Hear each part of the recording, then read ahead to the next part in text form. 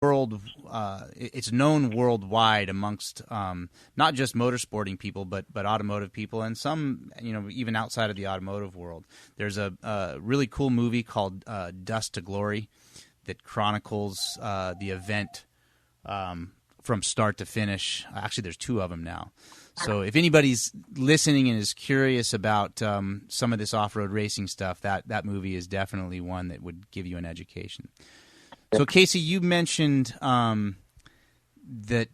you kind of got into the open wheel thing, and next thing you know, 20 years had gone by, and I will second that notion. I'm 47, so I'm a little bit ahead of you, but I'm realizing, man, the first Baja 1000 I won in 1993 is well over 20 years ago and closer to 30 years ago at this point, which just seems mind-blowing. I still feel 18.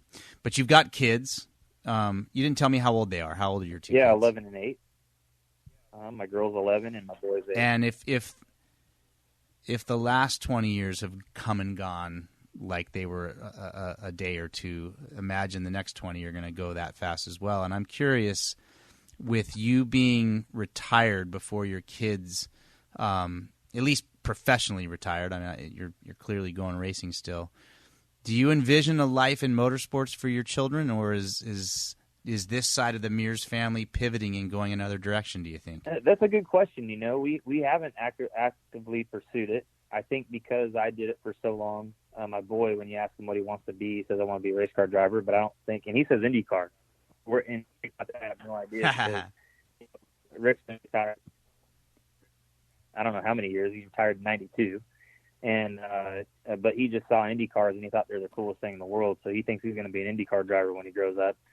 And the one thing I can say is that they do have a passion for the sport. Going out and playing out in the sand dunes with four wheelers and side by sides and stuff like that. They love and they keep saying they want to go racing. So we're going to start dabbling in that a little bit and in some off road stuff. They got those little Razor 170 classes that I want to give them a little seat time in and just see, how they respond and what they think. But,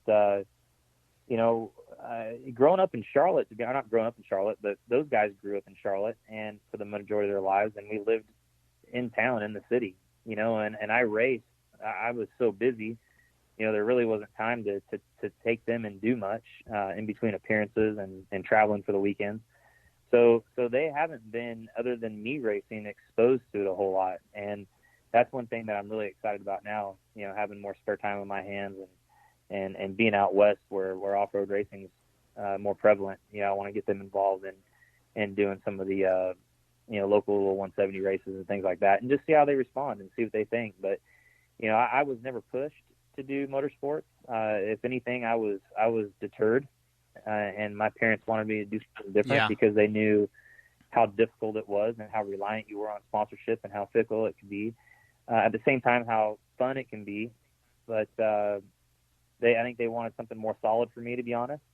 But as soon as I told them I was going to go racing, they supported me 100%. And that's kind of why I want to expose my kids to it, just to see how they respond and see what they like. But if they go a completely different direction, I'm completely fine with that. So you mentioned that it was difficult, and it's actually. I don't know how often an interviewer with you would ask these kind of questions, and so I'm going to cross the boundaries, and you can tell me I'm a jerk for it. But the struggle. I mean, you made it to the pinnacle, and you did well, but I know you bounced around from a few teams. What is it like to deal with that? I mean, I didn't get to that level, and in some ways, I don't know if I was suited for it from the stress side of it and the pressure of performing. Was it a struggle for you, or was it, hey, if this doesn't work out, I know I can go do something else? Or what's that part of it like? It was a lot of peaks and valleys. I mean, it's no secret that I had what would you call it? Like upper mid-level career.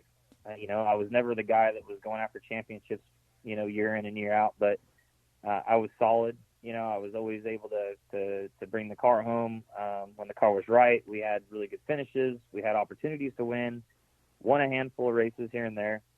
So being in that position, there's so many things that go into motorsports as opposed to other types of sports, where golf, soccer, golf, football, baseball, yeah. anything else. It's if the team doesn't do well, right? When I talk about team sports, if the team doesn't do well, you still knew that the Vikings, Adrian Peterson was still a badass, right? Because when he got that ball, he could do something with it and show that, dude, I'm good. I'm supposed to be here, And racing and motorsports, if your team doesn't do everything just right, you have a very hard time showing what you're capable of. And vice versa. Vice versa. If the driver doesn't deliver his part, the team's not getting the credit. So, if they don't build the car quite right, if they don't make the right adjustments, if you're running well and you have a poor pit stop at the end, and you end up 15th instead of 5th because there's a loose wheel, there's so many variables to what we do. It gets very, very difficult, and it gets very stressful because when things aren't going right, you got multiple people pointing fingers at everybody else. You got the crew chief pointing at the driver pointing at the crew chief pointing to the team pointing back at the crew chief, when things are going rough, and navigating all that when things are tough. And as a youth, no less. What's that? As a youth, young. I mean, you're not like a seasoned. Very young when I first got involved, and relying on all of these people for advice. But when it becomes you or them, you very quickly learn that holy cow, these guys are trying to get me out so they can save their job. Even if they're in the wrong. So it's a very tightrope to walk, and maintaining those relationships while trying to prove your worth. At the same time perform and get the most out of the team and the program at the same time when some of that stuff may be going on behind the scenes. Now, my career wasn't always like that. I had times where we were flowing, things were going good, things were on a high note. We were putting the numbers on the board week in and week out, and those were amazing years. But really, racing the majority of the time is a lot of that. I started out with Germain Racing, which was a start and park program in my career.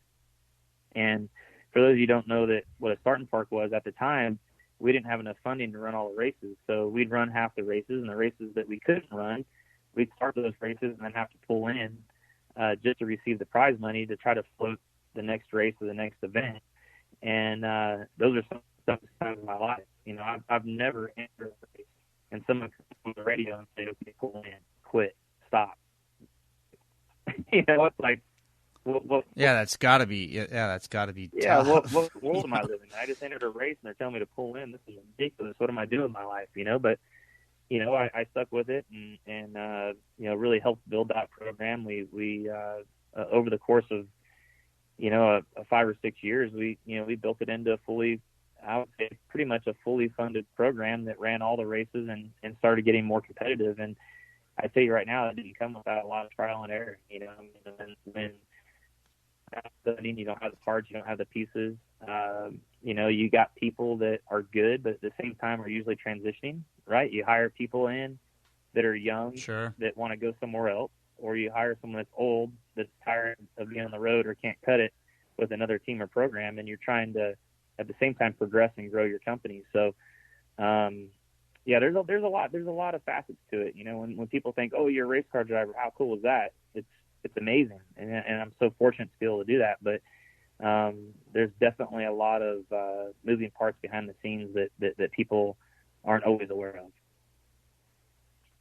Yeah, and I bring that up just as in full circle talking about kids, and when you said your parents weren't necessarily pushing it on you, and you thought they actually maybe were wishing something different for you because they knew the difficulty. That's the difficulty I think that we're all referring to. And then, is that a situation you want your kids to be in? And ultimately it's their choice. And I think you hit the nail on the head. You expose them to it. And if it's something that they take to and they want to pursue, then shoot, why wouldn't you help open the doors? But it's also kind of one of those things where it's a blessing and a curse, Well, hey, so I know we are going to try to do this in about 30 minutes here. We both have some trick-or-treating to do with our kids. I'm looking at the clock at about 24 minutes. Let's talk a little bit more about Baja. You were down there for Nora in May. And you've obviously spent time, I'm assuming, with your parents down in Bay of LA, which is where they live and where they've had a house for a while.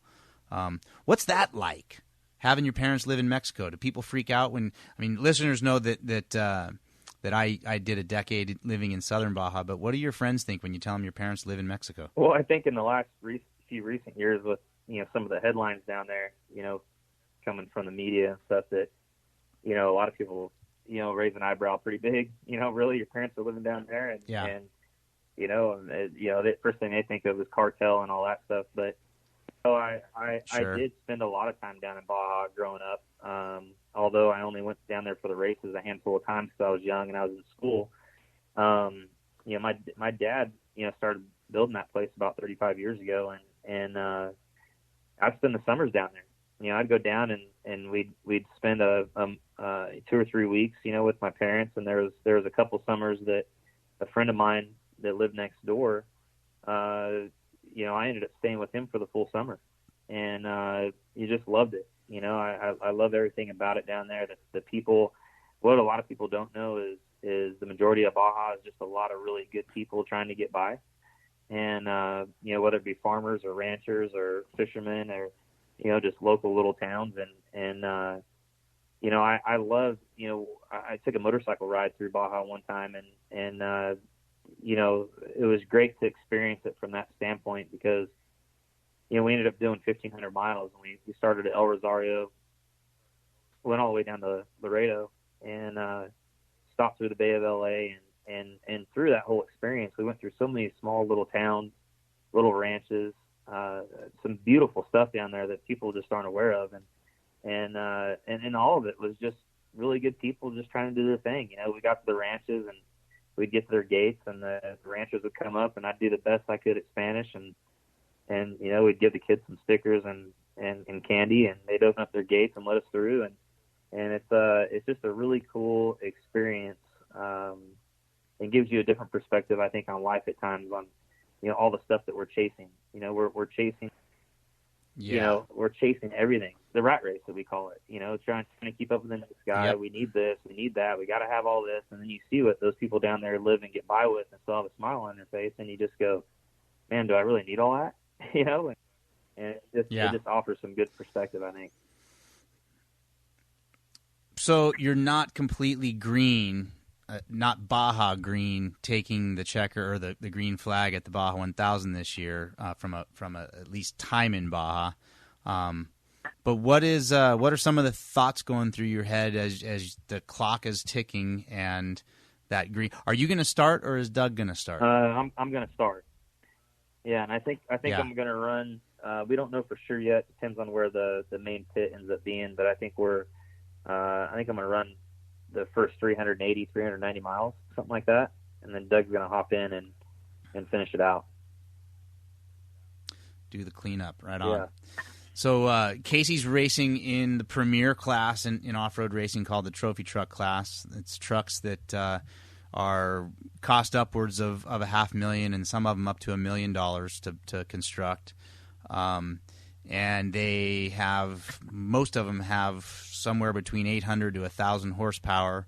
A few of them are four-wheel drive. You're not driving a four-wheel drive truck, are you? No, we're driving a two-wheel drive, and I think we're probably that just under 9, more to 850 horsepower range. Horsepower, yeah. For listeners that I mean, there's really no way to describe what these trucks are capable of doing in the terrain that they go over. But you've been in one now, right, Casey? You've tested in it? Yes, uh-huh.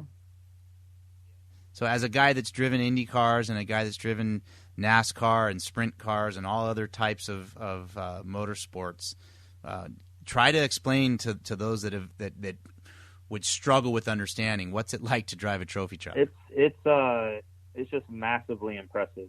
I mean, it's way beyond anything you'd fathom. A car being able to handle a truck, a vehicle, period. And quite honestly, I mean, other than a handful of scenarios, if it's fairly straight and you can keep it between the bushes, you're in the gas. I mean, it doesn't matter if there's a 4 foot, 5 foot, 6 foot jump, bump, moguls. You know,